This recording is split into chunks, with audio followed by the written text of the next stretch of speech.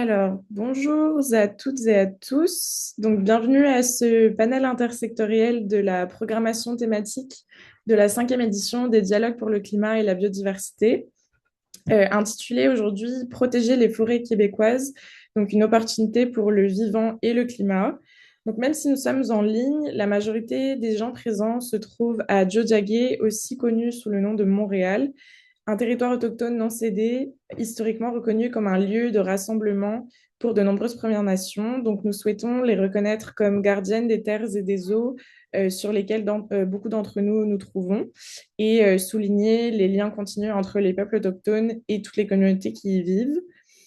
Donc, cette table ronde s'inscrit dans le cadre du Global Ethical Stocktake, une initiative donc, mondiale portée par la présidence de la COP30, visant à intégrer aux négociations climatiques les dimensions éthiques, culturelles et sociales, en particulier en réunissant des voix autochtones, syndicales, académiques et de la société civile. Donc, merci d'être avec nous pour ce moment de réflexion collective. Les dialogues pour le climat visent à rendre les négociations plus accessibles, inclusives et mobilisatrices. Et on vous invite à suivre le reste de notre programmation pendant les 2 semaines de la COP que je partagerai donc dans le chat un petit peu plus tard. On tient aussi à remercier les 10 organisations partenaires des dialogues pour le climat et la biodiversité que vous pouvez voir sur les 2 lignes des visuels. Donc, je précise aussi que le webinaire est enregistré et qu'il sera disponible par la suite sur notre chaîne YouTube. Donc, sans plus attendre, j'ai le plaisir de vous présenter l'animateur de ce panel. Donc, Antoine, je te cède la parole. Bonne Merci. discussion à tous. Merci Prune.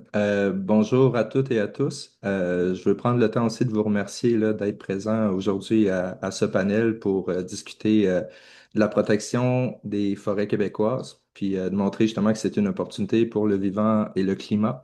Donc aujourd'hui, oui, on parle forêt, on parle de protection, de conservation, de son rôle climatique, de son utilisation, de ses multiples usages aussi. La forêt au Québec, c'est énorme. Ça couvre une très grande partie du territoire. Si je me trompe pas, les forêts québécoises prennent à peu près 2% là, de la totalité des forêts au monde, puis à peu près là, un quart là, des forêts canadiennes sont au Québec. Puis comme Prune l'a mentionné aussi, en ce moment avec la COP30 à Belém, à l'entrée de l'Amazonie, les forêts, la protection des forêts et de leur rôle aussi par rapport à la lutte au changement climatique. Ça a une place centrale en ce moment dans cet événement-là. Puis même plus proche de nous, en fait, au Québec, on l'a vu aussi dans la dernière année avec une tentative de réforme du régime forestier. Fait que les enjeux dossiers forêt ont été mis de l'avant aussi là, par chez nous. J'ai le plaisir aujourd'hui d'animer ce panel-là. Je me présente, j'ai pas pris le temps de me présenter, mais moi, c'est Antoine Clément. Je suis analyste forêt chez Nature Québec depuis près d'un an. J'ai justement travaillé beaucoup là, dans la dernière année, autant sur la modernisation du régime forestier, mais également aussi là, sur le carbone forestier, qui est un autre dossier là, parmi lesquels je couvre. Sans plus tarder, je vais présenter nos chers panélistes. On a l'opportunité là, d'avoir quatre experts avec nous. Nous avons Eliane Grant, professeure invitée là, de l'École d'études autochtones de l'UQAT, de l'Université du Québec en Abitibi-Témiscamingue. Nous avons aussi Karine Labelle, directrice générale chez Nature Avenir, puis Marie-Ève Roy, biologiste à l'UQO, l'Université du Québec en Outaouais, et finalement Nicolas Mainville, directeur conservation et climat chez SNAP Québec, la Société pour la nature et les parcs. Donc, sans plus tarder, je vais déjà y aller avec notre première question à ce panel. Donc, je vais m'adresser aux quatre panélistes avec nous. On commence d'entrée de jeu là, avant d'entrer un peu plus dans le détail. Simplement, là, au Québec, c'est quoi la situation actuelle de nos forêts au Québec? Est-ce que Nicolas, tu veux entrer de jeu? Ben oui, merci Antoine. Salut tout le monde. Bien content d'être ici aujourd'hui. Merci de l'invitation. Ben évidemment, c'est un sujet très large, mais avec la COP qui se déroule en ce moment à Belém, Je vais peut-être répondre à la question avec un regard plus climatique. Juste peut-être en introduction, la SNAP Québec et Nature Québec, on coordonne une initiative qui s'appelle Naturalier, qui est une belle grande coalition de groupes environnementaux, de groupes citoyens, de chercheurs académiques, de municipalités qui travaillent à la protection de milieux riches en carbone. Donc, je vais mettre la lunette carbone pour aujourd'hui pour parler de l'enjeu forestier parce que ben, c'est clair que les forêts ont un rôle central sur la régulation du climat au niveau mondial. C'est d'ailleurs un des gros sujets à Belém en ce moment au Brésil parce que bon, les forêts captent le carbone activement, hein. Un arbre, dans sa croissance, va capter entre 1 et 3 tonnes de CO2 de l'atmosphère pendant 100 ans. Donc, c'est un rôle d'éponge à carbone, un puits de carbone, comme on dit. Et puis, évidemment, plus les forêts sont menacées, plus elles sont perturbées, plus elles vont entraîner la libération du carbone vers l'atmosphère. Donc, c'est un enjeu que nous, on suit de proche, compte tenu qu'ici, comme tu l'as dit, Antoine, on a beaucoup de forêts. Le Québec a des milieux naturels immenses. Les estimations de stock de carbone dans nos forêts tournent autour de 21 milliards de tonnes de carbone. Juste à titre de comparaison, là, si on prenait tout le parc automobile québécois puis qu'on brûlait, là, on roulait en auto le plus longtemps possible pour équivaloir à cette quantité de carbone, ben, ce 21 milliards de tonnes prendrait environ 2900 ans à brûler. Donc, c'est beaucoup, beaucoup de carbone qui est stocké dans nos forêts. Et l'intérêt au niveau international des forêts vient surtout du fait que nos forêts captent le carbone activement, donc sont un puits, à peu près 2 fois plus de carbone qui est capté des forêts que ce qui est émis annuellement. Par contre, de plus en plus, on remarque que certains secteurs, certaines portions de forêt deviennent des sources de carbone. Entre autres parce que les perturbations sont en accélération. Il y a de plus en plus de déforestation dans le milieu tropical. On voit des changements de température, des événements extrêmes qui font en sorte que nos forêts deviennent de plus en plus émettrices de carbone. Mais ça ne se passe pas juste dans le milieu tropical. Ici, au Canada, on a depuis quelques années identifié notre forêt canadienne dans son ensemble comme étant une source de carbone plutôt qu'un puits. Et donc, pourquoi que nos forêts deviennent de plus en plus émettrices de carbone? Bien, entre autres parce qu'elles sont de plus en plus perturbées, autant par des perturbations naturelles qu'anthropiques. Elles sont de plus en plus jeunes, donc ils ont moins de capacité à accumuler le carbone et sont de moins en moins résilientes. Donc, c'est un peu les enjeux sur lesquels nous, on travaille, justement, à voir quel est le rôle de la forêt pour lutter contre les changements climatiques, mais aussi qu'est-ce qui se passe si on vient perturber nos forêts, entre autres avec la coupe forestière. Il faut comprendre aussi que dans le contexte canadien, là, pour répondre aussi à la question quel est l'état de nos forêts, ben, la santé de la forêt va peut-être de moins en moins bien, entre autres parce qu'on observe une accélération des perturbations naturelles. Vous le savez, hein, la saison des feux 2023 a brisé tous les records à travers le pays. Et celle qui vient de se passer, là, la saison 2025, a été aussi la deuxième plus grande jamais enregistrée. En fait, les 3 dernières années, 2023, 2024 et 2025, à elles seules ont brisé tous les records. Donc, au niveau perturbation naturelle, très problématique. Et au niveau perturbation anthropique, ben, l'intensité et l'ampleur des coupes forestières au Québec est quand même un facteur important sur le rôle climatique de nos forêts. Ce qu'on observe encore à l'heure actuelle, c'est un rythme assez accéléré de coupes forestières au Québec. Si on fait une moyenne des 20 dernières années, ce sont plus de 1000 terrains de football de forêt par jour qui sont coupés. Donc, c'est un rythme quand même assez accéléré. Les images satellites parlent par elles-mêmes. Et donc, cette pression industrielle sur la forêt fait en sorte que de plus en plus, notre forêt québécoise émet du carbone. On libère le carbone qui a été accumulé pendant des siècles et malheureusement, cette pression industrielle s'accentue. Ce qu'on observe aussi, peut-être pour conclure sur cette introduction, c'est que ben, le réseau de chemins forestiers est aussi en croissance. Donc, non seulement on exploite de plus en plus, mais on étend nos tentacules industriels de plus en plus loin, de plus en plus au nord. On a actuellement un réseau de chemins forestiers au Québec qui couvre plus de 485 000 kilomètres. Ça, c'est 11 fois la circonférence de la Terre. Immense comme réseau. Et à chaque année, on rajoute en moyenne 6 000 nouveaux kilomètres de chemin, soit une distance à peu près Montréal-Paris. Donc, c'est immense comme superficie, une grande empreinte industrielle sur notre forêt publique. Et donc, en termes d'introduction, ça serait ça mon premier pitch là, pour répondre à ta question, Antoine. Merci. Merci Nicolas. Mon Dieu, une introduction très chargée en contenu, mais je m'attendais à rien de moins en posant cette question-là. Je passerai la parole à Eliane. Wachia, Eliane Gronin-Sinkasun. Je suis membre de la communauté Cri de Waswanipi. Donc, on est durement touché en fait par la foresterie, par mon expérience personnelle et de ma famille aussi qu'on est consulté pour la récolte forestière. Mais aussi dans le cadre de mes fonctions, je suis biologiste de formation.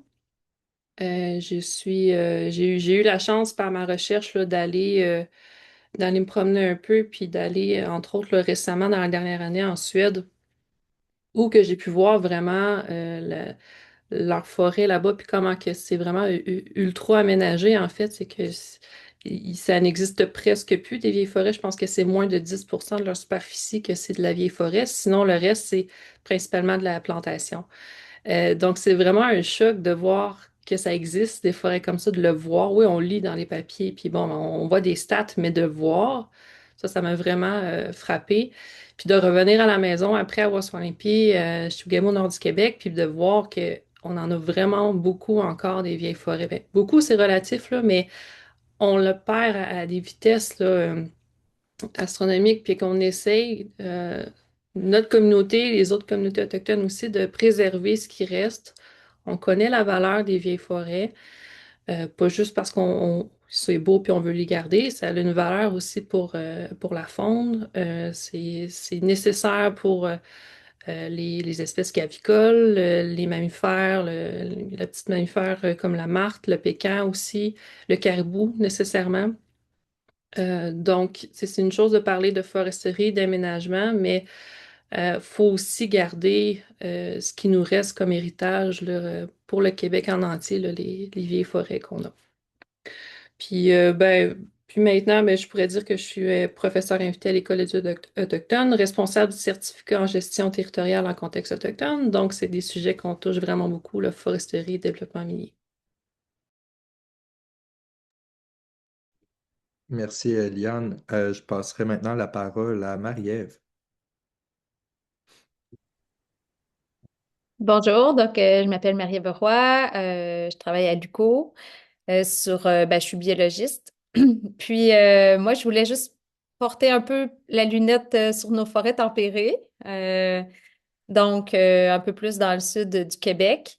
Sur le portrait actuel, tu sais, c'est sûr qu'il reste quand même beaucoup de belles forêts, mais très peu de forêts anciennes. Donc quand on en voit une, on est toujours très surpris de voir la quantité d'arbres, la grosseur, la faune qu'il y a, les plantes. Et c'est sûr que quand on compare ces forêts-là qui sont relativement, qui sont assez rares, c'est tu sais, c'était impressionnant de voir la structure que les forêts pouvaient avoir. Donc, il y a quand même, on sent qu'il y a quand même une perte dû aux années et à l'exploitation, à ce qui s'est passé. On a une perte de structure, tu sais, on a une perte de diversité d'habitat.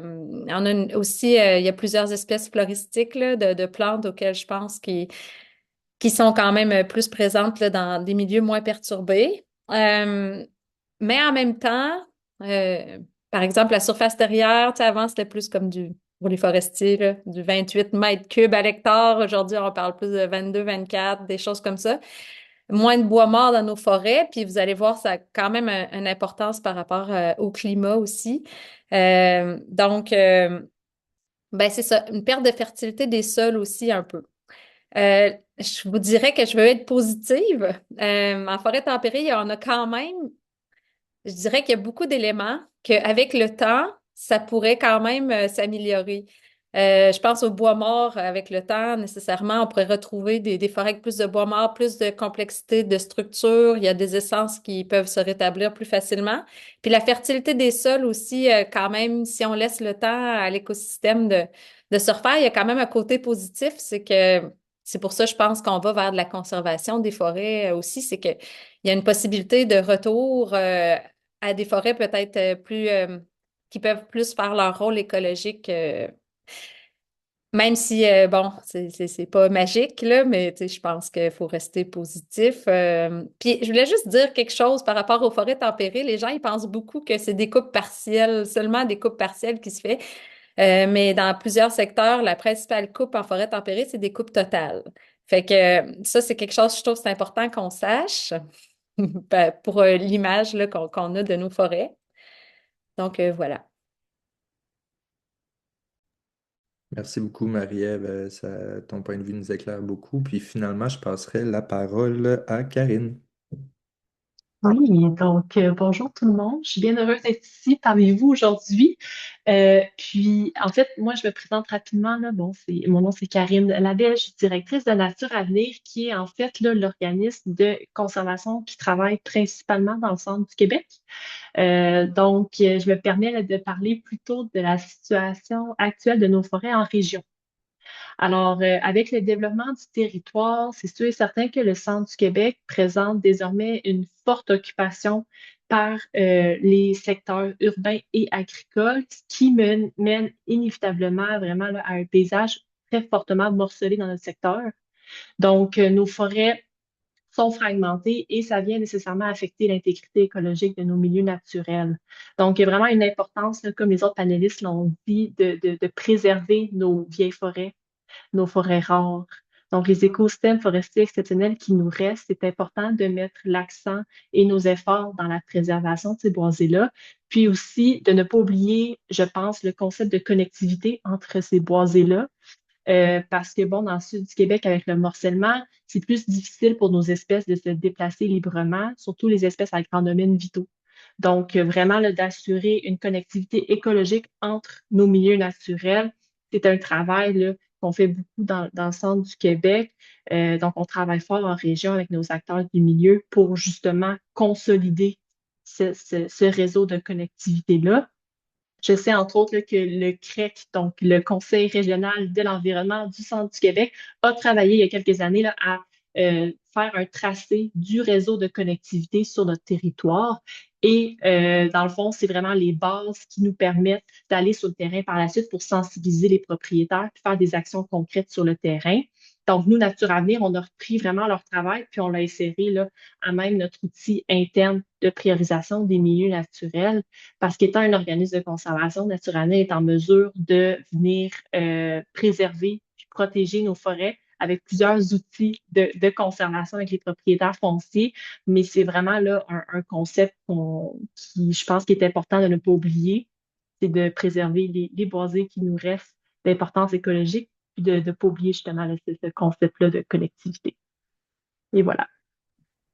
Merci beaucoup, Karine, d'avoir aussi focalisé davantage aussi là, sur l'aspect de la conservation puis de préserver ces milieux naturels-là. À vous entendre parler, on a un portrait, je dirais pas nécessairement pessimiste, mais qu'on voit quand même qu'il y a des enjeux là, assez importants là, que les forêts au Québec subissent quand même une pression par rapport à des activités industrielles et aussi avec les changements climatiques, puis aussi, là, c'est ça, les aléas naturels. On le voit, l'importance d'un point de vue climatique, mais aussi à quel point aussi l'aménagement du territoire forestier au Québec a aussi un impact climatique. On a parlé justement je pense que vous l'avez tout mentionné, là, de l'importance de la richesse des vieilles forêts, des forêts anciennes, mais qu'on voit qu'à travers les années, il y a quand même une perte de ces forêts-là.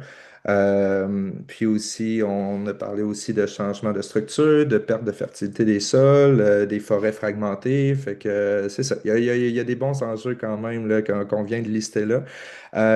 Puis ces enjeux-là, finalement, ont un impact aussi sur le rôle climatique des forêts quant à sa contribution là, par rapport à la lutte puis à l'atténuation là, des changements climatiques. Donc, ce qui m'apporte à la deuxième question que je poserais là, à Marie-Ève en premier, là, mais en quoi la forêt québécoise contribue-t-elle concrètement à la régulation du climat? Puis, je sais que tu as mentionné un peu, là, tu as un peu plus une expertise avec les forêts tempérées, mais à savoir, est-ce qu'il y a une différence justement avec son rôle de régulation climatique à comparer les forêts boréales puis les forêts tempérées? Petite question. Je répondrais, j'essaie d'être rapide, en trois rôles climatiques des forêts. Il y en a un qui c'est les forêts tempérées qui sont les championnes par rapport aux forêts boréales, c'est le côté évapotranspiration. Fait qu'il y a quelque chose, nos forêts, c'est des poumons, OK? Fait que ça fait un échange d'eau et de gaz qui est très important. Ça va retenir l'eau, ça va réintroduire l'eau dans l'atmosphère. Puis ça, la transpiration, ben, comme on le sait quand on sort de la douche, là, ça consomme beaucoup d'énergie sous forme de chaleur. C'est pour ça qu'à côté, on sent une certaine fraîcheur parce que ça consomme de la chaleur, donc ça fait un système de fraîcheur. On peut le voir en ville quand c'est chaud l'été, une forêt, on va sentir cet effet-là de fraîcheur. Mais quand on pense à la superficie de nos forêts, une très grosse superficie de forêt, ben là, c'est carrément une régulation du climat planétaire. Fait que, tu sais, ça a un rôle où à petite échelle, on peut le sentir. Fait que, tu sais, si on s'imagine à la très grande échelle, là, cette évapotranspiration-là des arbres a comme un gros effet pour la fraîcheur de la planète. Et ça, c'est les forêts feuillues qui sont quand même championnes là-dedans à cause de la taille des feuilles et tout. Donc, ils ont quand même une belle efficacité pour rafraîchir la planète. Mais les forêts boréales sont des championnes dans d'autres choses, comme par exemple la séquestration de carbone. Les deux séquestrent beaucoup de carbone, comme Nicolas l'a mentionné tantôt. Mais en forêt boréale, le fait que c'est plus frais, que le sol est plus acide et tout, ça fait en sorte qu'il y a moins de décomposition de la matière organique, fait qu'il y a une accumulation de matière organique importante qui se fait. Ça se fait plus comme dans l'humus, tandis qu'en forêt tempérée, ça va percoler un petit peu plus dans l'horizon du sol. Fait que, tu sais, ça se fait quand même très bien dans les deux écosystèmes. Puis c'est à peu près là, 10 à 30 du carbone qui est stocké par photosynthèse, qui va être stocké à long terme dans le sol. Le reste, ça va se dégrader, se décomposer, faire tous les cycles, là, les échanges nécessaires pour que le sol reste fertile puis que la productivité puisse continuer. Mais on a quand même un 10, 20, 30 du carbone qui est stocké à long terme dans les sols quand on a des forêts en santé, là, des forêts naturelles. Puis, dernière chose là-dessus, c'est que l'eau, c'est extrêmement important. Quand il y a beaucoup d'eau, ça se décompose moins, la matière organique, ça s'accumule plus. Fait que le carbone, il va rester plus dans le sol et tout quand c'est mouillé. Fait qu'autant en forêt tempérée que boréale, quand les sols sont bien humides, c'est les champions de la séquestration de carbone. Juste pour dire, là, ça peut être 7 fois plus de carbone dans un sol plus humide qui est accumulé dans le sol que dans un moins humide. Fait que, tu sais, il y a quand même une grosse différence de quantité. Fait que, conserver les sols humides, c'est important. Les milieux humides, on en parle souvent, mais c'est pas pour rien, là. Puis, ben, dernière chose pour réguler le climat, le fait d'avoir un couvert d'arbres, arbustes ou peu importe, ça limite l'érosion hydrique et éolien, qui est aussi extrêmement important, là, parce que quand il y a eu trop d'érosion, ça fait un peu de la désertification d'un milieu, puis là, ils peuvent plus faire leur rôle naturel. Fait que, tu sais, l'évapotranspiration, séquestration de carbone, puis ce côté-là là, de limiter l'érosion, c'est trois choses que nos forêts sont capables de faire. Mais pour ça, il faut garder des arbres, il faut garder des écosystèmes en santé pour qu'ils puissent faire leur rôle. Merci Marie-Ève de nous avoir éclairé là-dessus. Puis c'est des gros services que finalement la nature nous offre gratuitement. Fait que c'est un allié très important là, avec l'adaptation au changement climatique. Très important. Merci d'avoir mentionné ces points-là. Je vois Nicolas qui a une main levée. Vas-y. Ben oui, en fait, juste rebondir un peu sur le concept de poumon, hein, parce que je pense que dans toute notre jeunesse, on a toujours entendu l'Amazonie, c'est le poumon de la planète. On a ce concept des forêts tropicales comme étant les championnes pour tu sais, capter le carbone, mais on a au Québec, puis la forêt boréale en général au niveau mondial, c'est le plus grand réservoir de carbone terrestre au monde. C'est cette immense forêt qui finit par accumuler vraiment longtemps du carbone. Puis il y a une complémentarité entre la forêt. Marie-Ève est spécialiste des sols, donc c'est vraiment là qu'on retrouve cette grande quantité de carbone, mais c'est aussi tous les milieux humides qui sont autour. Donc, juste pas oublier que notre forêt est complexe et diversifiée, puis elle a un rôle climatique tellement grand avec cette absorption du carbone, puis le stockage à long terme. Puis ça donne qu'ici au Québec, puis en fait un petit peu partout en forêt boréale canadienne, on a parmi les plus grands réservoirs de carbone terrestre au monde avec ces tourbières-là. Donc cette combinaison forêt-tourbière, il y a des secteurs où est-ce qu'on travaille pour des projets d'air protégé, où est-ce qu'on a 3, 4, 5 mètres de matière organique accumulée, justement parce qu'il n'y a pas de décomposition avec ces milieux humides. Donc, on se retrouve avec énormément de carbone là. Donc, imaginez le rôle que ça a pour la régulation du climat. Donc, on a un rôle vraiment important au niveau international ici au Québec et au Canada pour maintenir ce carbone-là dans les écosystèmes. Merci. Puis c'est bon de rappeler cette perspective-là, parce qu'effectivement, des fois, c'est des enjeux qu'on voit à l'interne, qu'on voit chez nous, puis on ne comprend pas nécessairement l'impact puis le rôle que notre couvert forestier a à l'international. Mais comme on l'a mentionné tantôt, avec cette si grande superficie-là, puis justement à quel point on est une réserve de carbone, ben ça a un impact. Donc, même si on peut paraître, le Québec, c'est pas si gros à comparer toute la planète entière, ben on a un rôle important là-dessus. Je vois Karine qui a une main levée. Oui, merci Antoine. Dans le fond, c'était simplement pour rebondir là, sur ce que les panélistes ont dit. Moi, en fait, là, notre année travaille beaucoup dans les dernières années avec les instances municipales. Puis, donc, on parle plus de forêt urbaine. Et ce qu'on constate aussi, c'est que, il y a beaucoup d'enjeux d'îlots de chaleur, en fait, là, dans les centres urbains. Donc, lorsque les villes nous approchent souvent, il y a ces enjeux-là qui sont soulevés et c'est sûr et certain que nos forêts urbaines, donc la proximité avec la nature, vient justement refroidir, en fait, là, les températures. Donc, c'est bénéfique de ce côté-là.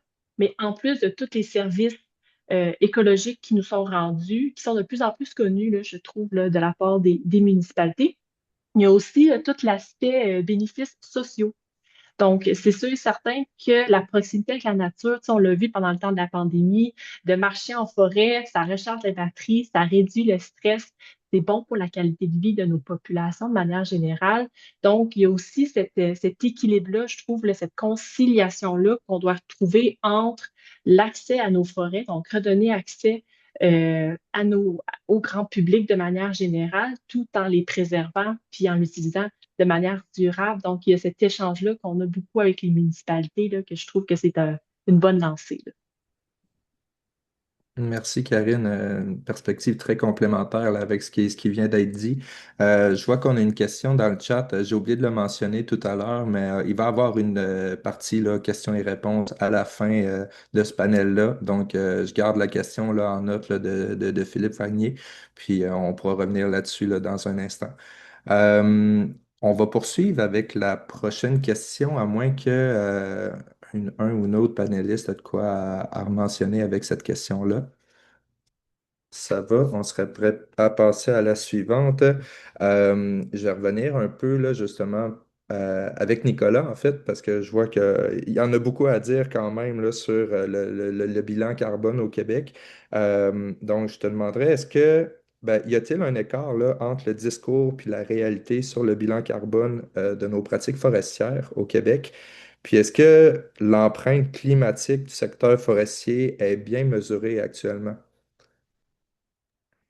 Oui, merci. C'est une bonne et grosse question aussi. Puis ça fait peut-être suite à ce qu'on disait, tu sais, reconnaissant qu'on a des grands réservoirs de carbone en forêt, dans les milieux humides, c'est de plus en plus connu que bon, les activités forestières, industrielles ont un impact sur ces stocks de carbone-là. Il faut comprendre, puis peut-être pour répondre déjà à la question de Philippe dans le chat, là, tu sais, une zone qui a été perturbée par l'extraction d'arbres avec le passage de la machinerie, on a clairement un 10 à 20, des fois même 25 ans, où est-ce que ce secteur-là, la portion qui vient d'être coupée, va être une source de carbone. On va exposer les sols à la décomposition accélérée, on augmente la température du sol, on libère finalement le carbone qui était stocké en partie en surface, mais aussi on empêche à la forêt de continuer à faire son captage normal de carbone.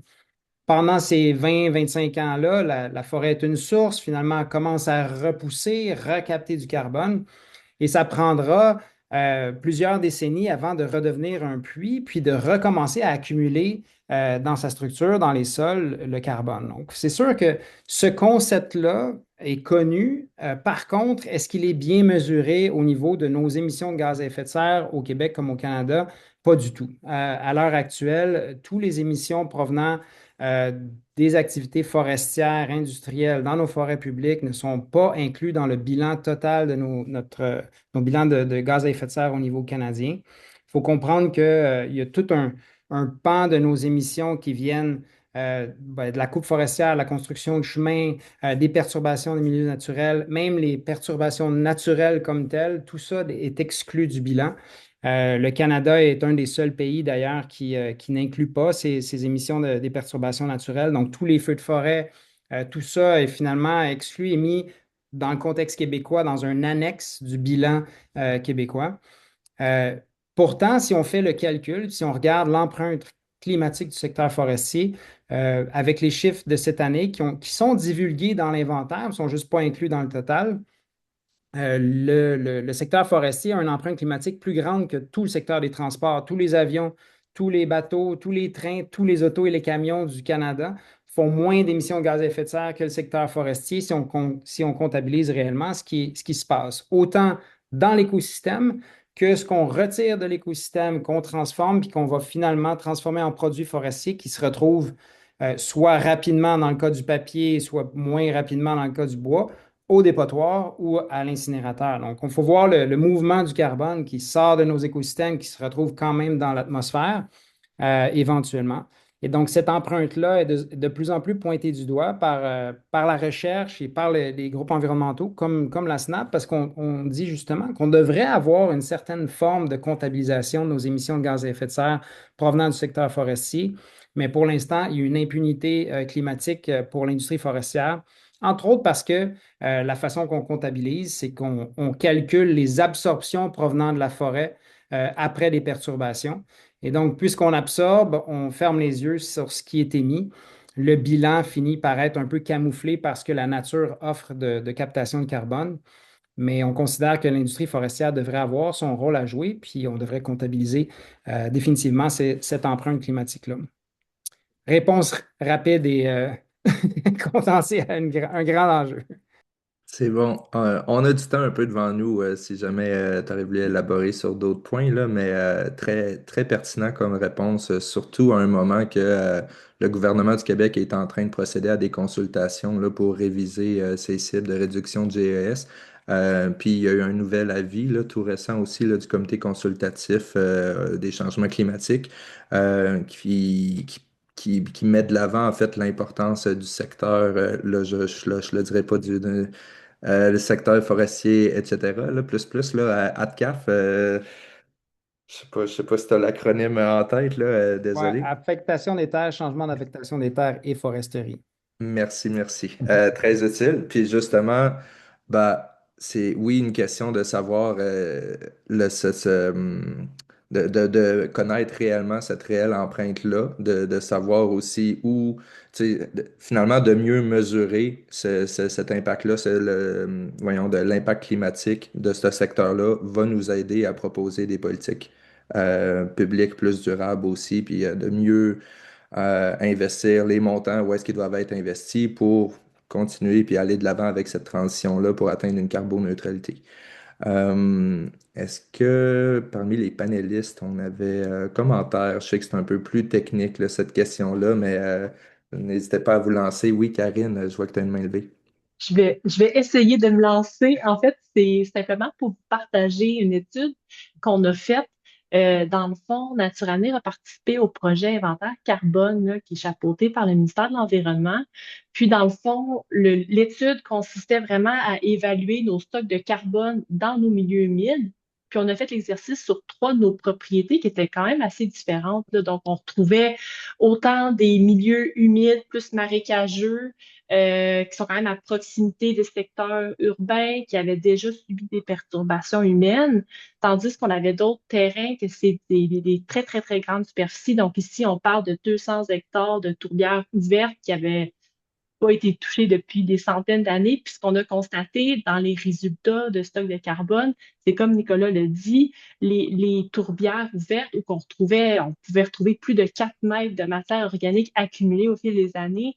Et c'était un puits quand même assez impressionnant de carbone qui était séquestré dans ces milieux naturels-là.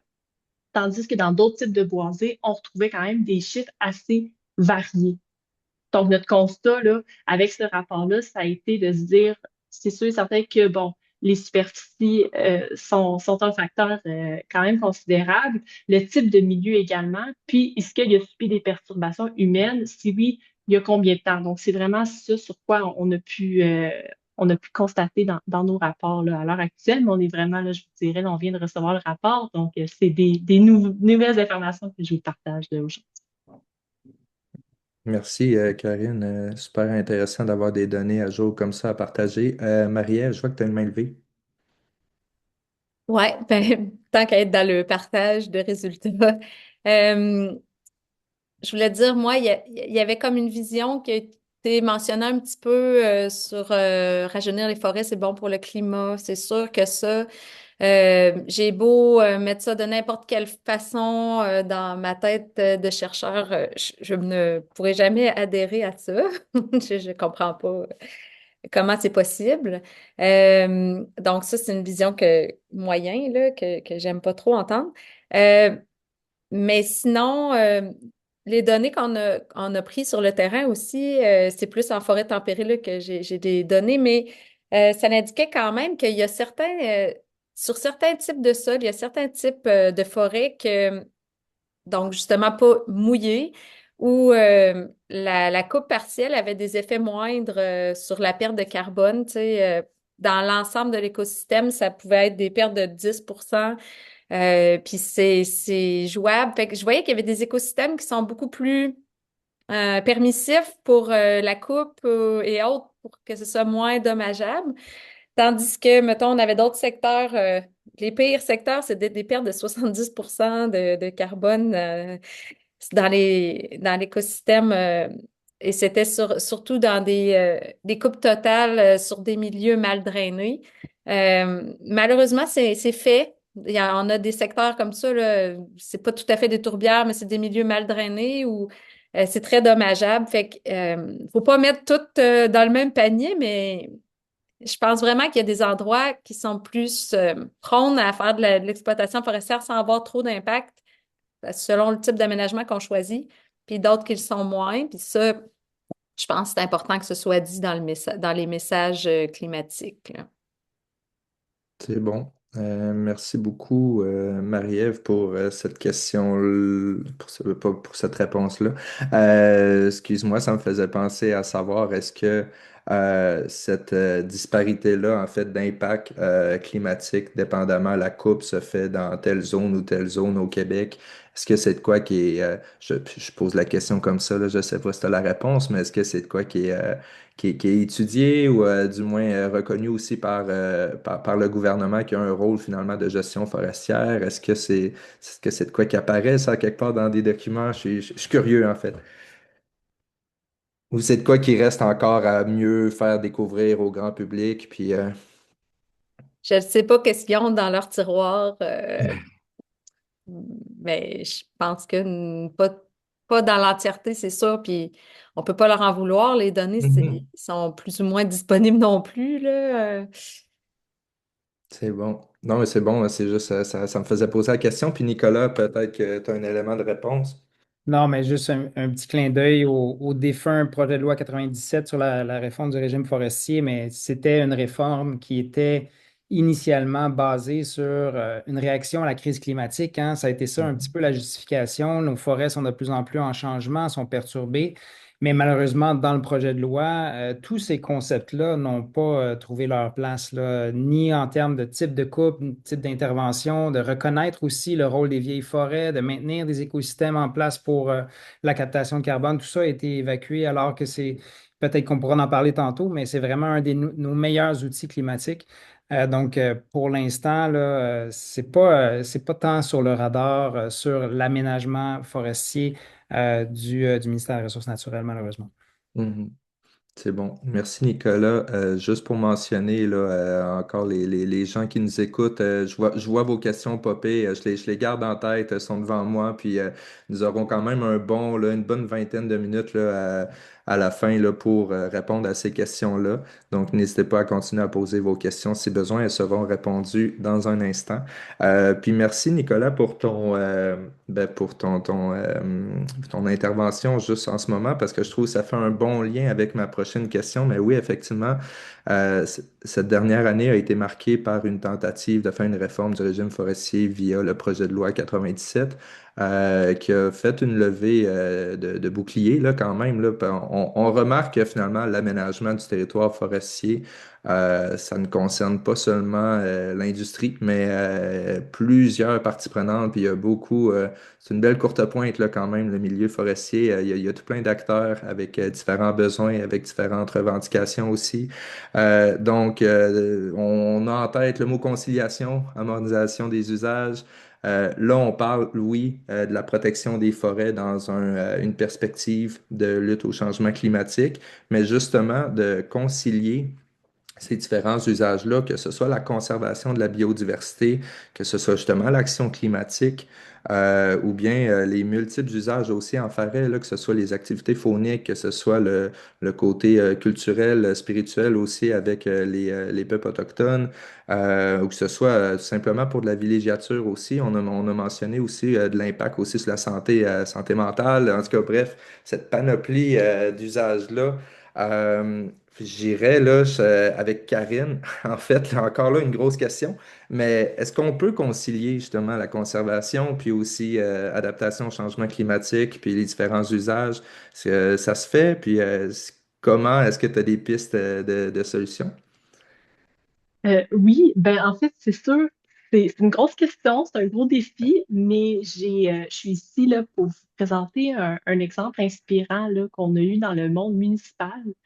Donc, en fait, la Tyrannie a mené un projet avec la ville de Victoriaville qui a duré 2 années, puis c'est terminé là, au mois d'octobre, donc c'est tout récent, tout frais. Et dans le fond, c'est un projet qui se veut de protection des boisés urbains, mais également de conciliation, donc utilisation durable de nos forêts et protection. Donc, je m'explique. En fait, la ville nous avait approchés à la base là, parce qu'il y avait bon, il y avait des enjeux face à tous les constats qu'ils faisaient en lien avec la crise climatique, la crise de la perte de la biodiversité. Et la ville de Victoriaville, il faut comprendre qu'ils ont un couvert forestier de 17%. Donc, ils souhaitent vraiment maintenir leur couvert forestier et éventuellement l'augmenter. Donc, ils nous ont approchés pour essayer de trouver un mécanisme de conservation, donc trouver des solutions pour la protection de leurs boisés urbains.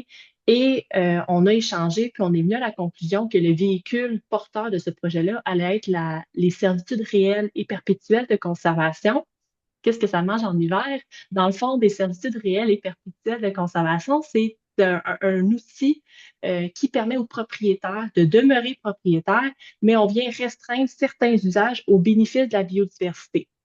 Donc, dans ce cas-ci, on a ciblé 11 boisés urbains, donc 11 boisés qui appartenaient, qui appartiennent toujours, en fait, à la ville de Victoriaville, et on est venu restreindre les usages. Donc, il y avait vraiment tout un, plusieurs étapes. En fait, je vous épargne les détails, mais il y a eu plusieurs étapes qui ont cheminé à l'élaboration de ces usages-là. Puis, il y a eu des caractérisations qui se sont faites par des biologistes. On s'est assis vraiment là en grand groupe avec divers départements de la ville pour voir un peu c'est quoi les besoins puis les usages futurs et souhaités du boisé, parce qu'il y a certains boisés qui ont un accès à la population générale.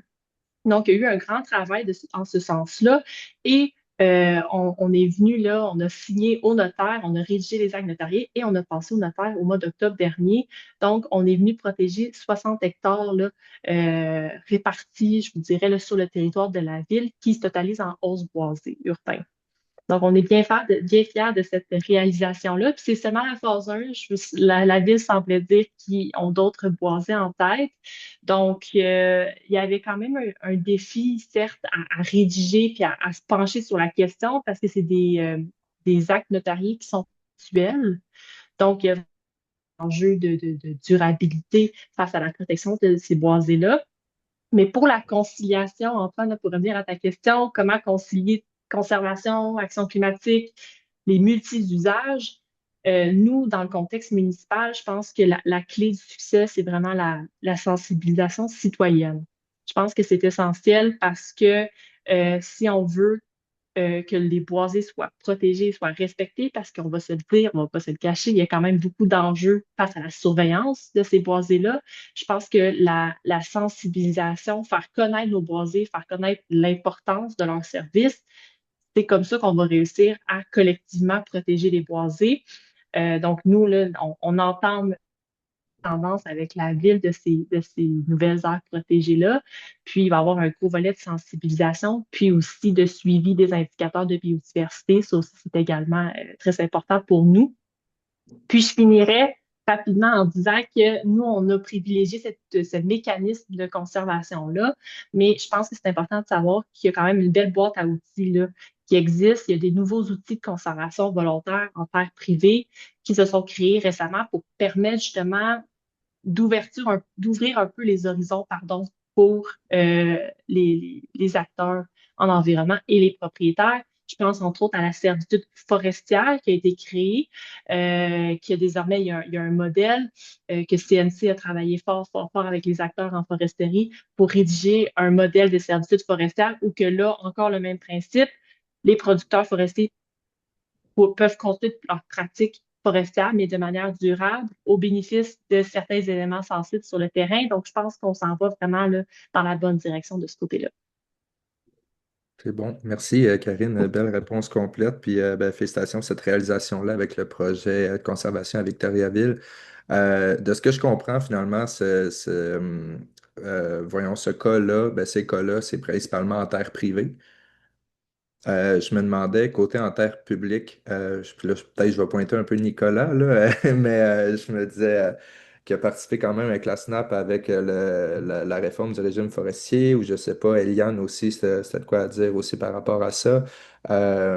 Mais ouais, cette conciliation-là, est-ce que c'est pareil en terre publique? J'imagine les enjeux sont un peu différents. Eliane, vas-y. OK. Euh, ben, là, on a un peu contourné la question, là, mais tu sais, l'éléphant dans la pièce, c'est le secteur économique. Donc, on a fait un choix de société de créer des communautés, des villes, des villages qui sont dépendants à la forêt, ce qui provoque beaucoup de risques. Ce qui fait en sorte qu'on n'a pas beaucoup de marge de manœuvre quand justement on est dans une crise forestière comme aujourd'hui. Ce qui fait en sorte aussi qu'on a créé un raccourci entre l'arbre et l'argent en oubliant tout ce qu'il y a dans le milieu. Donc, c'est-à-dire, on a parlé de séquestration de carbone, on a parlé d'habitat faunique, on a parlé de l'importance culturelle aussi pour les Premières Nations. Donc, tout ça, c'est ignoré. Puis, en les ignorant, en fait, on hypothèque encore plus le futur. Euh, Puis, tu sais, on parle de forêt publique en région, surtout, ben, c'est pas que les communautés autochtones sont contre la foresterie. Il existe beaucoup de compagnies forestières menées par les communautés ou par des autochtones directement. Donc, c'est pas qu'on est contre la foresterie, c'est qu'on voudrait la faire autrement, on voudrait la faire ensemble, on voudrait la faire une co-construction. On veut pas être consulté quand tous les plans sont faits, on veut être là en amont. Donc, c'est dommage en fait qu'on voit l'image publique qu'on a des peuples autochtones avec la foresterie, c'est qu'on est contre. On fait des barrages, on manifeste. C'est encore là, c'est un raccourci. Le tout entre deux qui est souvent ignoré, puis que malheureusement, mais ça fait en sorte que on, on pose beaucoup de questions, mais on se penche pas vraiment sur les solutions à long terme, qui crée en fait des problèmes comme qu'on a aujourd'hui. Mais je laisserai Nicolas peut-être compléter, hein. Merci, Eliane. Ouais, non, je suis vraiment d'accord. Puis, tu sais, à la question, est-ce que c'est possible? En fait, c'est nécessaire. Tu sais, cette conciliation doit voir le jour. On a fait beaucoup d'erreurs dans notre historique forestier au Québec. Notre forêt est mal en point, est fatiguée. On a perdu euh, plus de la moitié de nos vieilles forêts. On a changé la structure même de notre forêt. Et maintenant, ce qu'on voit, puis la levée de bouclier contre le projet de loi 97, je pense, c'est une bonne démonstration de la nécessité d'accorder les différents usages. Puis nous, on voit que c'est 100% possible. Je veux dire, on peut développer un secteur forestier fort où est-ce qu'on va miser non seulement sur l'exploitation de la ressource, mais sa transformation. Il faut arrêter ce concept basé sur les grands volumes de bois à des fins d'exportation massive sans transformation. En ce moment, ce qui fait rouler la machine, c'est des multinationales qui ont beaucoup de volume de bois pour peu de transformation pour l'exportation, alors qu'on pourrait mettre davantage de transformation, optimiser les produits forestiers de longue durée, donc s'assurer qu'effectivement le carbone va rester stocké dans les produits. En ce moment, c'est plus du trois quarts du carbone d'un arbre qui se retrouve finalement pas dans du bois. Ça va être du papier, ça va être du carton. Et malheureusement, on n'est pas en train d'optimiser au maximum cette capacité qu'a l'arbre à stocker du carbone. Puis, évidemment, au niveau biodiversité, on n'a pas le choix. Il faut qu'on atteigne nos cibles de conservation du territoire. On a des engagements au niveau internationaux, autant au Québec qu'au Canada, d'atteindre 30 d'aires protégées pour 2030. Nous, on travaille activement pour identifier des sites clés en main pour le gouvernement. On dit, regardez, il y a une mobilisation citoyenne, on a tous les arguments scientifiques, on a détaillé le territoire, on a un accord avec les acteurs en place. Prenons le temps de créer ce grand réseau d'air protégé-là en forêt publique au sud de la limite nordique. Puis autour de ça, il y aura certainement de la place pour la foresterie durable. Nous, on y croit beaucoup. Puis d'ailleurs, on travaille avec les travailleurs du milieu forestier pour atteindre ces objectifs de durabilité, de la vraie durabilité qui va permettre une espérance de vie du secteur forestier à long terme et non pas penser profit court terme pour gros volumes de bois et exportation massive. Oui, Marie-Ève. Merci, Nicolas. Bon, ce que Nicolas dit, ça m'a fait penser, puis ce qu'Éliane a dit aussi, euh, au fait que je pense que c'est pour la durabilité de tout ça, il faudrait que la vision soit pas que, tu sais, la forêt n'a pas à être rentable, elle n'a pas à assurer des emplois, puis elle n'a pas à assurer ce qu'on va bien repayer notre machine et tout. La forêt, c'est notre milieu de vie, là, tu sais, elle assure la vie déjà. Fait que, tu sais, d'y mettre autant de pression économique, c'est peut-être trop. Faudrait peut-être plutôt regarder qu'est-ce que la forêt peut offrir, là, mais pas l'obliger à, à être rentable, là. C'est comme...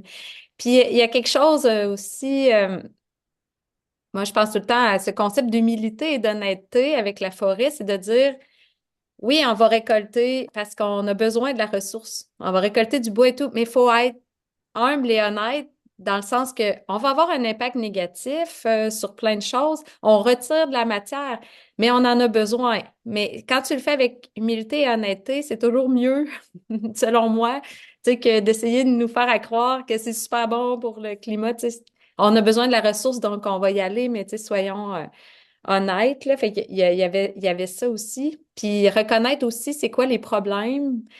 C'est quoi le problème?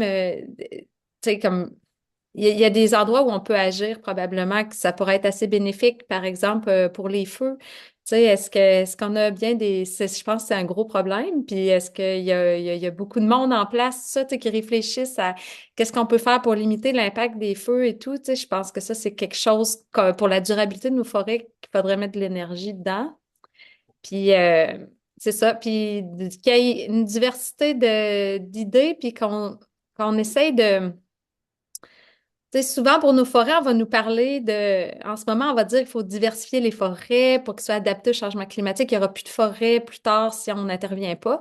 Je pense qu'en ville et tout, dans plein milieu, c'est super important d'intervenir. Puis, tu sais, l'humain a tellement modifié l'habitat que, tu sais, je comprends. Mais il y a le côté que la forêt est là depuis des millions d'années, puis il y a des arbres qui sont quand même pas mal plus résistants qu'on le pense. La diversité génétique des érables à sucre, par exemple, nous montre ça, la résistance des hêtres à la maladie. Tu sais, des fois, c'est une question de temps, puis on n'est pas prêt à attendre que la forêt se reconstruise. On veut y aller tout de suite, il faut que ce soit beau tout de suite, toujours. Fait que, tu sais, d'être patient, je pense que c'est quand même nécessaire. Puis je reviendrai avec mes sols, puis la matière organique. La matière organique dans les sols, là, c'est quelque chose qui permet d'être beaucoup moins d'effets de sécheresse. C'est, tu sais, pensez à nos plantes de maison, là, c'est pas pour rien qu'on met de la terre noire avec de la vermiculite, là. C'est ça qui fait que l'eau peut survivre beaucoup de mer. Ben, les plantes peuvent survivre dans des états de sécheresse. Beaucoup de matière organique avec un microbiome en santé dans nos sols, ça veut dire protéger nos sols, c'est quelque chose d'extrêmement important, autant pour la résistance à des maladies qu'à la sécheresse. Puis ça, on n'en parle jamais. Parce que c'est simplement de laisser la nature se faire, laisser le bois mort se décomposer, laisser les trucs en place. Fait que, mais c'est du non-interventionnisme qui, je pense, est quand même important pour la durabilité des forêts. Faut laisser le temps. Ce sera pas beau tout de suite demain, mais faut laisser le temps. Que je pense que pour la durabilité, c'est de changer notre perspective par rapport au temps, puis que ce soit tout de suite durable. Effectivement, la temporalité forestière est assez différente à celle humaine, surtout au rythme de vie à laquelle on bouge. Puis il y a une différence entre une maturité écologique puis une maturité commerciale. Vraiment, tous des super bons points. Puis aussi, comme tu mentionnes, là, les grands oubliés, en tout cas le sol, oui, puis la fange aussi. Je sens que j'ai ouvert une porte de Pandore, une boîte de Pandore un peu avec cette question-là. C'est pour ça que quand on parle de conciliation, effectivement, c'est jamais si facile que ça, mais en même temps, oui, vous avez fait des constats, vous avez montré des enjeux, vous avez été critique, mais autant je vois aussi que vous êtes porté aussi vers des solutions, c'est inspirant quand même.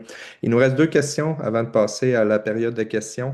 Cette question-là, je vais la poser à Eliane, puis ensuite les panélistes là, pourront se joindre. Eliane, tu as mentionné un peu là aussi là, le travail, puis aussi le lien là, avec la forêt, avec les Autochtones. Donc, ma question, c'est que signifie l'aménagement du territoire du point de vue autochtone, puis en quoi leur contribution à l'aménagement du territoire peut vraiment répondre à la crise climatique, selon toi? Je fais un exercice avec mes étudiants à chaque premier cours, puis je leur pose la question, c'est quoi la définition du territoire?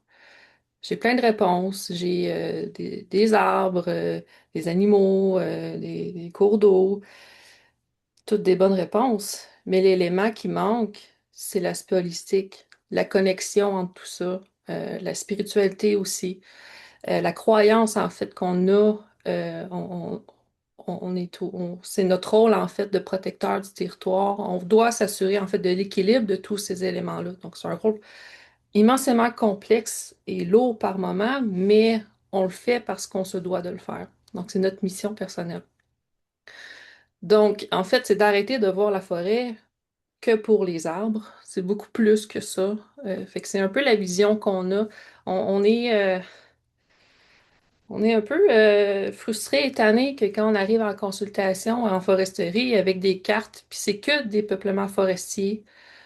Il n'y a rien d'autre, il y a pas de vie dans ces cartes-là. On ignore, tu sais, les bassins versants, on ignore les bandes riveraines. Tout le reste, à part les arbres, est écarté. Fait que c'est ça qu'on essaye de mettre de l'avant. On a, comme vous savez, et Wichi, on a signé des ententes, la Convention de la baie James, on a aussi signé la paix des Braves, ce qui fait en sorte que notre foresterie est différente, de différentes modalités qui encadrent tout ça. Ce qui fait en sorte aussi qu'on a les terres de catégorie 1, c'est-à-dire les terres qui sont gérées par les communautés CRI. Puis dans notre cas, à Waswanipi, on a le contrôle total de ce qu'on fait. On peut avoir de la coupe forestière, on peut avoir une mine si on veut, ou ne rien faire du tout si on veut aussi. C'est une décision de la communauté. Et nous, à Waswanipi, on a décidé de faire de la foresterie. On en fait, mais de notre propre manière, nos propres modalités qui sont modifiées. La façon qu'on le fait, c'est qu'on a des bandes riveraines beaucoup plus larges en fonction du cours d'eau. Donc, petit ruisseau, plus petite bande, un lac, plus grande bande. On laisse plus de forêt résiduelle aussi entre les blocs de coupe. Donc, on laisse pas juste une petite bande là, entre parce que ça n'a pas de valeur écologique tant que ça. On protège aussi en fonction des habitats fauniques. On a des modalités spéciales pour la Marthe qui nécessitent un plus grand territoire, comme j'ai mentionné, des vieilles forêts surtout, donc des forêts qui ne sont pas perturbées. On protège aussi les tanières d'ours noirs. On laisse une bande plus large autour des tanières. On pense aussi au porc-épic. On n'en parle pas souvent assez. Nous, on voit une grande diminution de population de porc-épic dans le nord du Québec. Puis en fait, les aînés attribuent ça à la foresterie parce que de moins en moins de gros arbres. Parce ils grimpent dans les arbres. Donc, puis vu que c'est des blocs de coupe, donc ils ont plus de distance à parcourir, sont plus vulnérables à la prédation. Donc, tout ça fait en sorte qu'on fait quand même la foresterie, mais on a tout ça en tête. Mais malgré tout ça, on est quand même rentable. On peut générer des millions pour notre communauté juste avec la foresterie. Donc, c'est possible de le faire tout en respectant ça. Puis, ben, on arrive quand même à allier les deux. Euh, le reste à voir si c'est un concept qui peut être appliqué ailleurs à plus grande échelle. On souhaite, c'est pour ça qu'on est consulté et impliqué à certains niveaux, mais encore, il y a très peu de travaux qui se fait à ce niveau-là pour une vraie réconciliation, en fait. Merci beaucoup, Eliane. Super pertinent, puis de savoir un peu ce qui se passe ailleurs, de faire la foresterie autrement, puis que ça a des impacts positifs pour la biodiversité, le climat, puis, mais aussi la dimension économique est là. Nicolas? Ouais, peut-être juste rapidement pour complémenter ce qu'Eliane dit. Ce que je vois de très intéressant en ce moment au niveau forestier et de l'implication des communautés autochtones qui est vraiment grandissant sur les questions de conservation, des propositions d'aires protégées d'initiatives autochtones. Ça se multiplie, on le voit dans toutes les nations en fait. Puis ce que je pense qui est intéressant dans ces initiatives-là, c'est que là, les communautés autochtones non seulement prennent part aux propositions, mais prennent contrôle du territoire. Puis c'est ça, ce nouveau statut sous la loi de la conservation du patrimoine naturel n'est pas encore vraiment défini, hein. C'est quoi une aire protégée d'initiative autochtone? Mais plus les communautés s'impliquent, plus font des propositions, plus définissent les modèles de gouvernance qu'ils veulent appliquer sur le territoire. Je pense que plus on va voir des initiatives vraiment hyper constructives, autant d'un point de vue bénéfice pour les communautés, bénéfice pour le climat et la biodiversité. Donc, je pense que c'est très complémentaire avec l'aspect foresterie que Eliane décrivait. Donc, nous autres, on accompagne plusieurs communautés justement dans ces processus-là, dont Waswanipi. Donc, c'est vraiment intéressant de voir ça là, apparaître, ces initiatives de conservation autochtone. Oui, vraiment. Merci, Nicolas. Je pense que je vais passer tout de suite à la dernière question. Je vois que la liste des questions commence à continuer pas mal. Fait que, puis il y a peut-être des personnes qui devront quitter avant. Donc, juste pour wrap up un peu, conclure ce panel sur la protection des forêts puis de l'opportunité pour le vivant et le climat, je vous demanderais là, en fait, de simplement, à tour de rôle, me nommer, si vous aviez à nommer, là, ben, à me nommer une action concrète que vous aimeriez voir se multiplier, puis justement pour mieux protéger la forêt québécoise. Fait que selon vous, ce serait quoi? Qui veut commencer? Allez. Euh, ben, en fait, c'est quelque chose de simple, mais pas simple, là. C'est de revoir en fait le calcul des possibilités forestières. C'est quelque chose qu'on a tenté à maintes reprises, de considérer les perturbations naturelles, entre autres, dans ces calculs-là, avoir un jeu, en fait, que si ça l'arrive. On est toujours en train de récolter le maximum à chaque fois, ce qui arrive à des problèmes qu'on a aujourd'hui. Mais surtout dans le but, en fait, de réduire le volume de coupe. On n'y arrivera pas, même si on a une autre réforme, peu importe ça va être quoi les modalités de foresterie, si on ne réduit pas la possibilité forestière, on n'arrivera pas à protéger davantage. Bonne chance. Merci, Eliane. C'est concis, ça va droit au but. Marie-Ève? Ben, comme ça ressemble beaucoup, moi, c'était surtout ne pas accumuler des stress sur la forêt. Fait que si on voit que la forêt, elle a beaucoup de stress par rapport au changement climatique, ben, qu'elle puisse jouer son rôle et tout, tu sais, de pas justement qu'il y ait autant accumuler des stress de couple, stress anthropique par-dessus les stress climatiques. Fait que, tu sais, je dis pas qu'il n'y ait pas de foresterie, mais revoir à la baisse la possibilité forestière, ce serait important parce que les changements climatiques, pour moi, ce que ça veut dire, c'est accumulons pas les stress. Là, elle subit déjà des stress, fait qu'il va falloir limiter les interventions anthropiques. Puis il y a beaucoup de feux qui sont causés par l'homme et tout. Fait que, et des maladies qui sont amenées par l'humain. Fait que, tu sais, je pense vraiment que de ne pas accumuler les stress, c'est quelque chose qui serait important. Merci. Vas-y, Karine. On était tiny. Euh, Dans le fond, moi, mon petit mot pour la fin, c'est, je pense que c'est de prendre en considération, quand on pense à l'aménagement du territoire forestier, c'est de prendre en considération les composantes écologiques sensibles. On en a énuméré plusieurs là, aujourd'hui, là, entre autres les habitats fauniques, les espèces rares, les vieilles forêts, tout le concept de connectivité pour les espèces à grands domaines vitaux. Fait que je pense que c'est de transiger ce savoir-là dans nos pratiques. Je pense qu'on est déjà sur une belle lancée. Puis également, là, il y a les PAF bonifiés qui sont un outil intéressant pour les producteurs. Donc, des plans d'aménagement forestier bonifiés. Il y a quand même plusieurs fiches disponibles en ligne là, pour ceux et celles que ça intéresse. Fait que je pense qu'on se doit de respecter la capacité de nos écosystèmes euh, pour bâtir en fait un paysage plus résilient pour nos générations futures. Merci, Karine. Et Nicolas? Ben, je dirais décision gouvernementale basée sur la science. On a de l'excellente recherche au Québec sur ce qui se passe dans nos forêts. On comprend nos écosystèmes de mieux en mieux. On sait quel type de foresterie serait meilleur. Entre autres, on devrait lâcher nos vieilles forêts. C'est nos jackpots de biodiversité, c'est nos jackpots de carbone. On devrait faire des rotations plus longues, donc laisser le temps à la forêt de souffler un peu, laisser-y le temps de repousser pour pouvoir non seulement avoir des attributs plus complexes, mais aussi capter plus de carbone.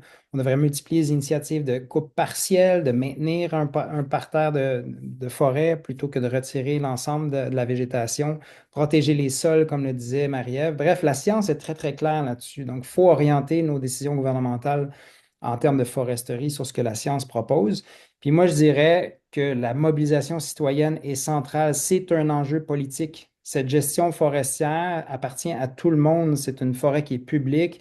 On a tous un mot à dire là-dessus. Puis on l'a vu avec le projet de loi 97, quand les gens se mobilisent, quand il y a une levée de bouclier, le gouvernement est obligé de reculer. Puis je pense qu'on est capable d'offrir toutes sortes de solutions dans ce contexte-là. Il y a plein de monde avec plein de bonnes idées, mais il faut l'écouter. Puis plus les gens vont parler, plus ils vont se mobiliser, plus le gouvernement va être obligé d'écouter. Puis c'est un petit peu ça notre rôle, de donner là, l'espèce de porte-voix à la population, s'assurer que on assure une meilleure gestion de notre forêt, puis on y donne un avenir un petit peu plus reluisant que ce que peut-être est proposé par un seul des intervenants, qui est l'industrie forestière. Merci Nicolas. Merci pour votre grande sagesse, vos sphères de bonnes réponses assez complètes, je dirais. Donc, revoir le calcul des possibilités forestières, ne pas accumuler des stress, prendre en considération les composantes écologiques, puis ben, que les décisions gouvernementales soient basées sur la science, puis aussi de focaliser sur la mobilisation citoyenne. C'est effectivement un enjeu politique. Merci beaucoup pour toutes ces belles réponses-là. On va passer en période de questions. Je vois beaucoup, beaucoup de questions. Je vais revenir sur la première qui avait été posée par Philippe Fragnier. Je pense qu'elle avait déjà été un peu répondue, mais si jamais peut-être Nicolas, tu pourras renchérir au besoin. Là, je pense que ça porte un peu plus au moment que tu discutais. Est-ce que les sols retiennent moins de carbone après une coupe totale que lorsqu'une forêt d'âge moyen ou mature est présente? Car la coupe affecte un peu les sols, mais ne les enlève pas. Ouais, de ce qu'on voit en forêt boréale, du moins, on a une diminution entre 30 et 50 des stocks de carbone après la coupe forestière. Donc, les zones qui ont été impactées par la coupe perdent drastiquement du carbone par différents processus que j'ai expliqués. Puis, il faut voir la forêt en régénération comme des forts puits, hein. La forêt qui est jeune, qui pousse rapidement, effectivement, va capter rapidement le carbone avec les arbres qui poussent vite, mais leur stock reste beaucoup moins grand que les vieilles forêts qui ont eu vraiment le temps d'accumuler, entre autres, dans les sols. Donc, pour compléter un peu ce que Marie-Ève disait tout à l'heure, nos meilleurs atouts en termes d'écosystème forestier pour la captation de carbone, c'est vraiment les vieilles forêts. Elles vont pousser moins vite, mais ils ont tellement des grands réservoirs que c'est là notre meilleur outil climatique qu'on a ici au Québec, du moins. Bon. Merci. Stéphane Baudin demande là, à quel endroit apparaît la divergence d'opinion entre les ingénieurs forestiers et la science. Souvent, le ministère des Ressources naturelles et des Forêts va mentionner aussi que le travail qu'il fait il est basé avec des experts, avec des ingénieurs forestiers, puis aussi avec, sur la science, bien sûr. Donc, c'est quoi un peu cette différence-là? Est-ce qu'il y a quelqu'un qui veut se lancer là-dedans? Ouais. Je peux essayer de répondre. Ouais. Je pense qu'il y a un manuel que les ingénieurs forestiers vont utiliser, tu sais, qui est comme un peu une recette, tel type de peuplement tu veux régénérer pour faire telle chose, qui s'avère en fait oublier des composantes. Tu sais, la scarification des sols pour régénérer le bouleau jaune. Ouais, mais tu enlèves toute la matière organique, tu vas créer plein d'autres problématiques. C'est sur le long terme, sur des arbres en décomposition. On veut pas attendre. Fait que c'est une recette là, un peu de jardinage là, de quoi faire pour. Euh, Puis il y a des scientifiques qui vont s'intéresser au microbiome du sol, qui est extrêmement important. C'est la plus grande biomasse qu'on a sur la plus grande biodiversité, c'est dans le sol qu'elle se trouve. Plein d'organismes, tout ça, on va complètement les évincer quand on va parler de, mettons, les ingénieurs forestiers vont oublier certaines composantes.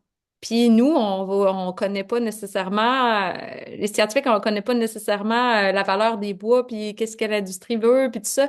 Fait que, tu sais, ce serait vraiment important de travailler ensemble, mais pas qu'on sente que toujours, tu sais, ce serait vraiment, ouais, l'idéal, ce serait de travailler ensemble, tu sais, pour voir c'est quoi les besoins, c'est quoi les méthodes, mais comment on pourrait ajuster ça, mais je pense que ça vient de deux méthodes d'éducation. On n'étudie pas les mêmes choses, les mêmes phénomènes nécessairement.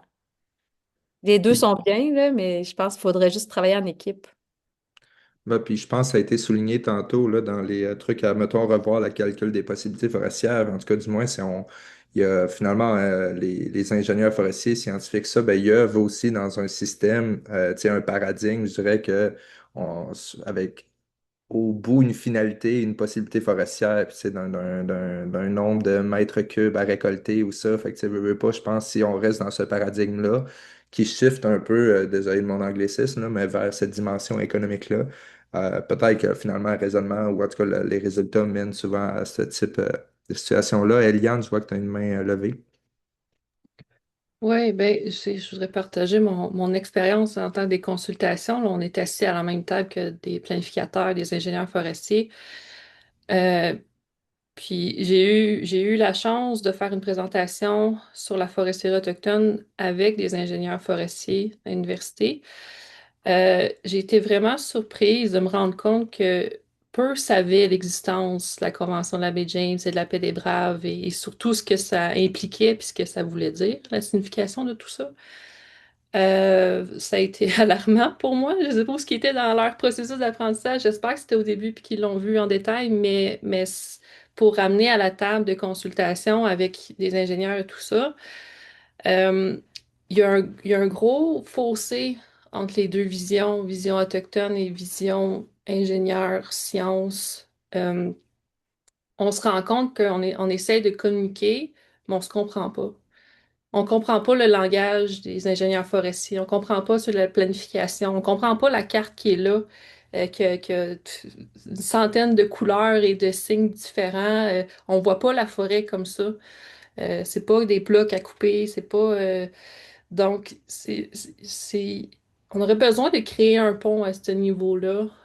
Autant qu'on essaye de s'expliquer, on essaye de justifier en fait nos choix pour qu'on veut pas une coupe là, mais tu sais. Mais c'est pas capté, en fait. Ils écoutent, ils les notent, mais ils comprennent pas, en fait, la signification derrière ça. Donc, il y aurait un moyen, en fait, de se mettre ensemble, puis vraiment s'asseoir, puis, OK, quand tu dis forêt, qu'est-ce que ça veut dire pour toi et pour moi, pour qu'on arrive à mieux se comprendre, puis à arriver à des vraies bonnes solutions.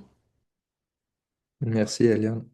Je vais passer à la prochaine question de Clément Mouchagaloussa, qui demande, là, dans le contexte des discussions sur la séquestration du carbone au Québec, il aimerait savoir quel type d'arbres, entre les jeunes et les vieux, ont la plus grande capacité de séquestration du carbone. Ben, je peux peut-être répondre juste rapidement. Ça va dépendre de ton emplacement. Donc, plus tu es au nord, c'est sûr que dans un contexte boréal, les arbres vont grandir moins vite que dans le sud. Mais tu sais, un épinette noire classique de forêt boréale sur 100 ans va capter environ 1 tonne de carbone, alors qu'un érable à sucre dans le sud du Québec va capter à peu près 3 à 4 tonnes dans la même période de temps. Donc, c'est sûr que c'est l'effet de la température, mais c'est aussi des espèces qui développent une plus grande masse volumique. Puis c'est vraiment, ça va dépendre des conditions, évidemment. Donc, c'est une très, très grande généralisation. Mais habituellement, un jeune arbre va avoir tu sais, une capacité de captation plus rapide parce que sa croissance est plus rapide. Puis plus il arrive vieux, plus il ralentit sa croissance, mais il a permis un plus grand stockage. Le stockage est comme prendre une photo, alors que le flux, ben, c'est de regarder le vidéo. Donc là, si tu regardes juste la photo, tes vieux arbres ont vraiment beaucoup, beaucoup de carbone, mais si tu regardes la vidéo, ils ne sont pas en train de capter si vite que ça. Je sais pas si ça donne une image. Merci. Je me doutais que Marie-Ève aurait sûrement de quoi rajouter. Vas-y, Marie-Ève. Ben, on peut voir. Mettons que si tu compares à un moment X un gros arbre et un petit arbre, euh, le carbone, c'est comme si tu mettais une couche de beurre de peanut sur ton arbre, là. Tu sais, tu beurres ton arbre. Si ton arbre, il est vraiment gros, là, il y a beaucoup de feuilles, là, il y a beaucoup de photosynthèse. Imagine, là, faut que tu as besoin de beaucoup de pots de beurre de peanut pour tout beurrer ton carbone autour. Un petit arbre, ça va être beaucoup plus facile de mettre ton beurre de peanut. Ça va en faire. Tu sais, c'est pas qu'il est pas important, il va devenir gros un jour, mais c'est sûr que dans le moment X, il va vraiment en mettre moins sur sa biomasse.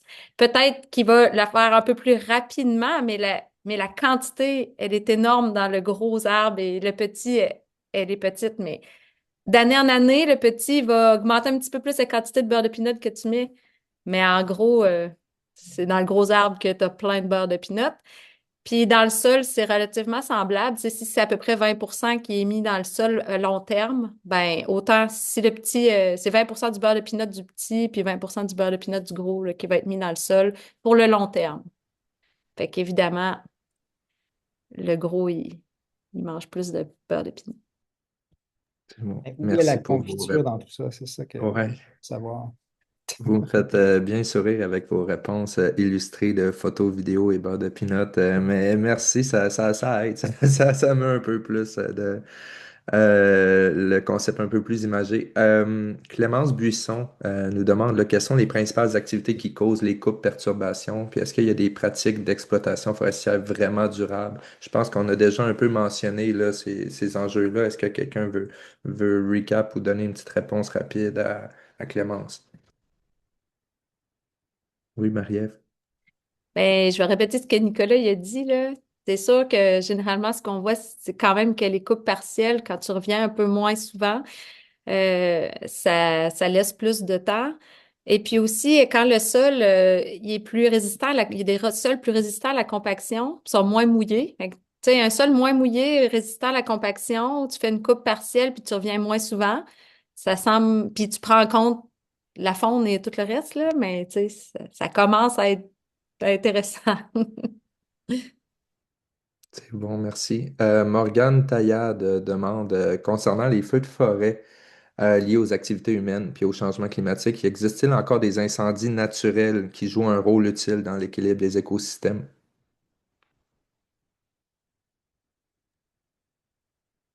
Je ne sais pas si Eliane, tu voulais prendre ça, championne du monde boréal.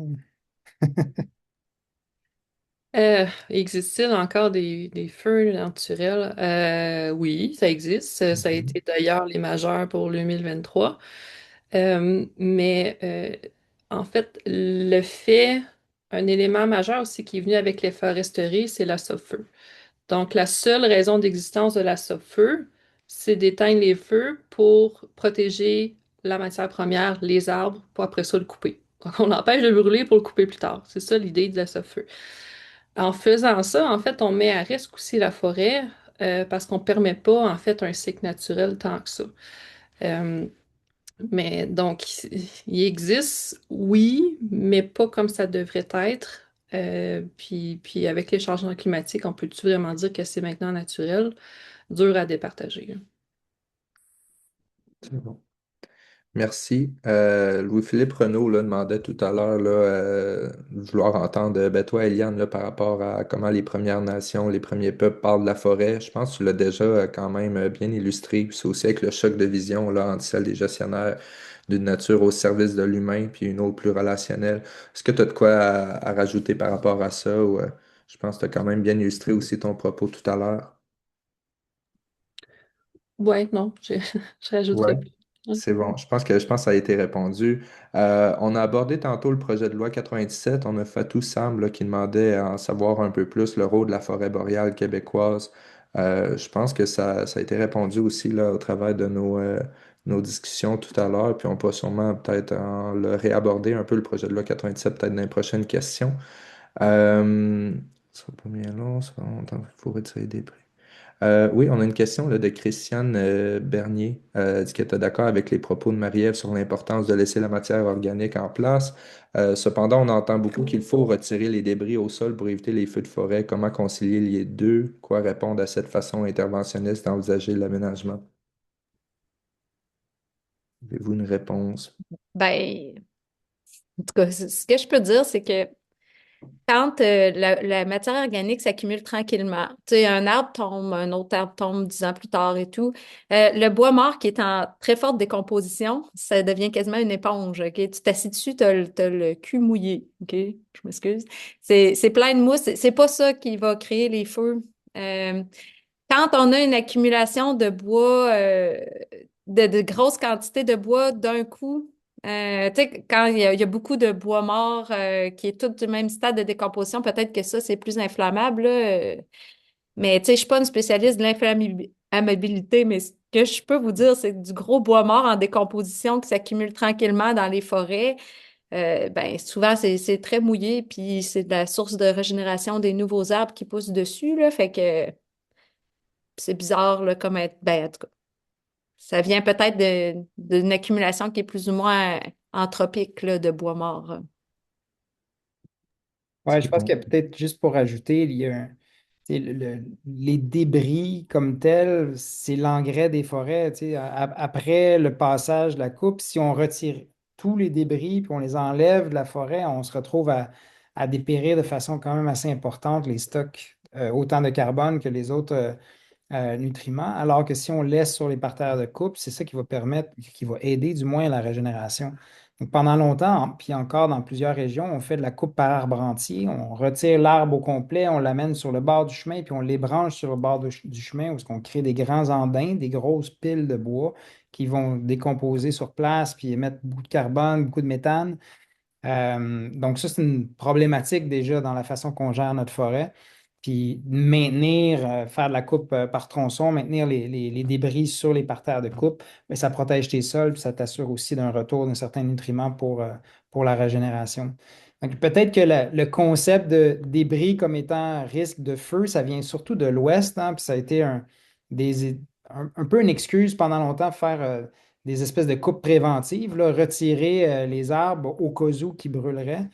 Ça, on l'a vu beaucoup dans la côte ouest américaine, puis un petit peu sur la côte ouest canadienne, mais ici, dans le contexte québécois, surtout boréal, là, c'est pas tant winner comme approche.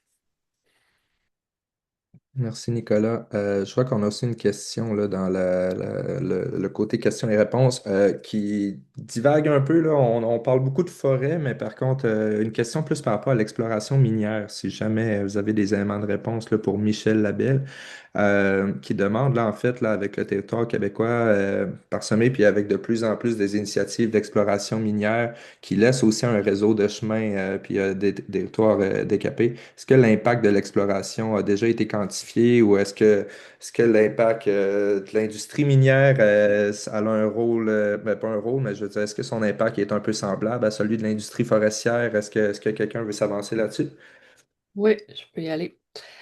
Euh, ah, Ça revient un peu à ma proposition de revoir le calcul possibilité forestière parce que ça en fait partie, le développement minier, parce que c'est un type d'exploitation vraiment particulier qui ont beaucoup de passe-droits.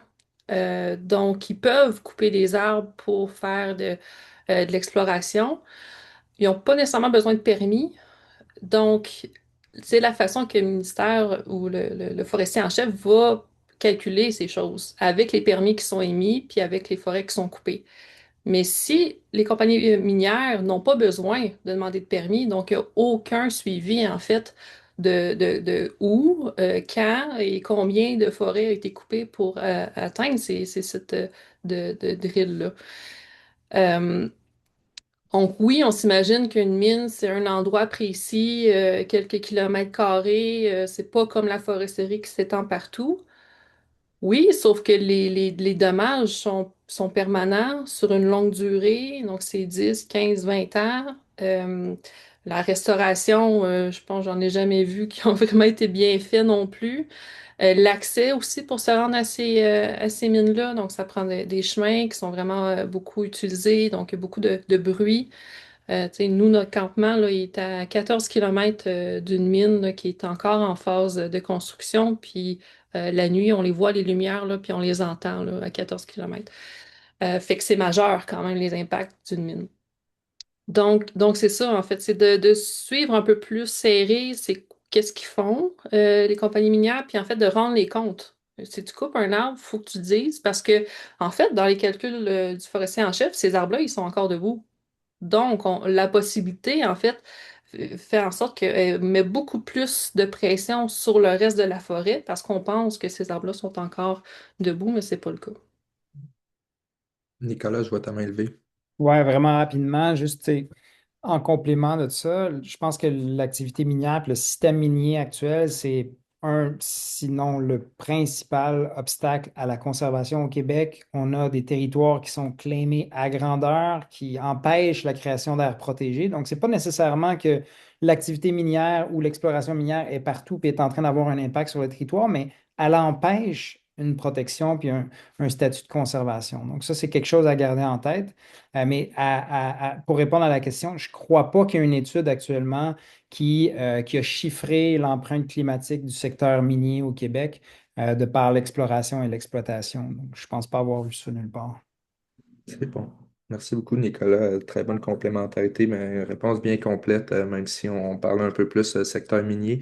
Je termine là-dessus, je vois le temps qui file, mais je voyais là une question quand même bien importante là, par Clémence Buisson. Ben, que peut-on faire en tant que citoyen, citoyenne qui habite dans un secteur urbain, mais autant urbain qu'en région, là, si chacun a des panélistes, chacune des panélistes peut mentionner deux, trois mots là-dessus, là. Qu'est-ce que vous recommandez aux citoyens? Peut-être inviter tout le monde à aller voir le site web Forêt Je te soutiens, qui est une campagne pan-québécoise qui justement vise à repenser la forêt puis donner ces solutions, mettre en place des solutions très concrètes pour la gestion forestière au Québec. C'est en réponse au projet de loi 97 et c'est toute une coalition de groupes environnementaux qui travaillent là-dessus. Donc, Forêt Je te soutiens, ça pourrait aider à avoir des pistes de solutions concrètes. Merci, Nicolas. Karine? Moi, je pense que si vous souhaitez vous impliquer, il y a plusieurs manières. Tu sais, je pense que d'aller cogner aux portes des organismes de votre région, ça pourrait être bénéfique. On est toujours à la recherche de, de participants et de participantes pour nous soutenir dans nos missions. Fait que je sais qu'entre autres, les organismes de bassin versant, c'est plutôt les cours d'eau qui vous intéressent, hein, les organismes de conservation également, ou les CRE dans chaque région, qui sont toujours à la recherche de bénévoles puis de soutien de la part du grand public. Sinon, si c'est quelque chose qui vous intéresse dans la planification du territoire, peut-être aussi d'aller cogner aux portes du conseil municipal, de vous impliquer dans votre municipalité aussi, ça pourrait être intéressant parce que votre voix compte, là. Donc, ça serait mon petit conseil. Marie-Ève?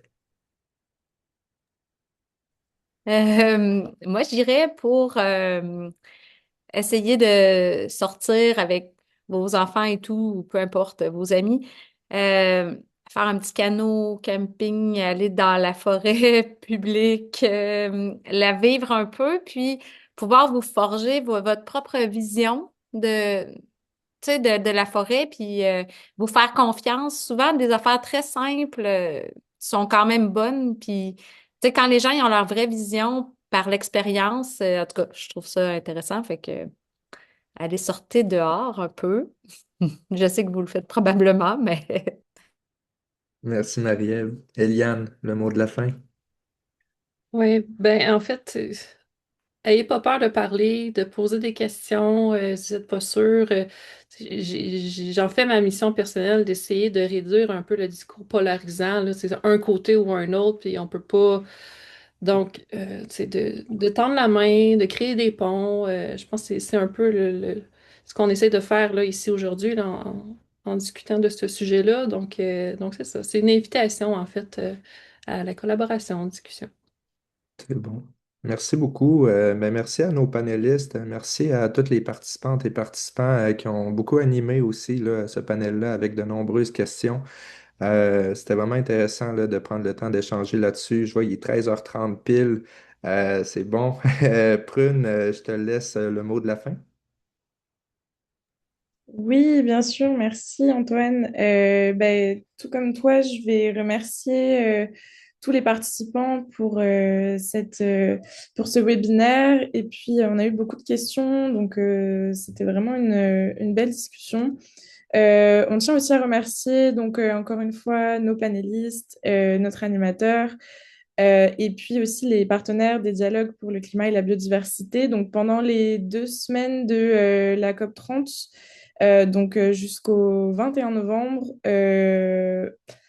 les dialogues pour le climat et la biodiversité vous présentent donc chaque jour des panels intersectoriels comme aujourd'hui, également des débriefages. Il y en a un qui a lieu demain de midi à 13h pour l'heure de Montréal. Donc c'est des débriefages avec des gens sur place en direct de Belém et des dialogues sur divers sujets allant de la transition énergétique au Québec au lien climat, biodiversité, à la santé des populations et j'en passe. Donc voilà, je vous ai mis le lien vers la programmation dans le chat. Encore une fois, on vous remercie tous et voilà, je vous souhaite une belle journée.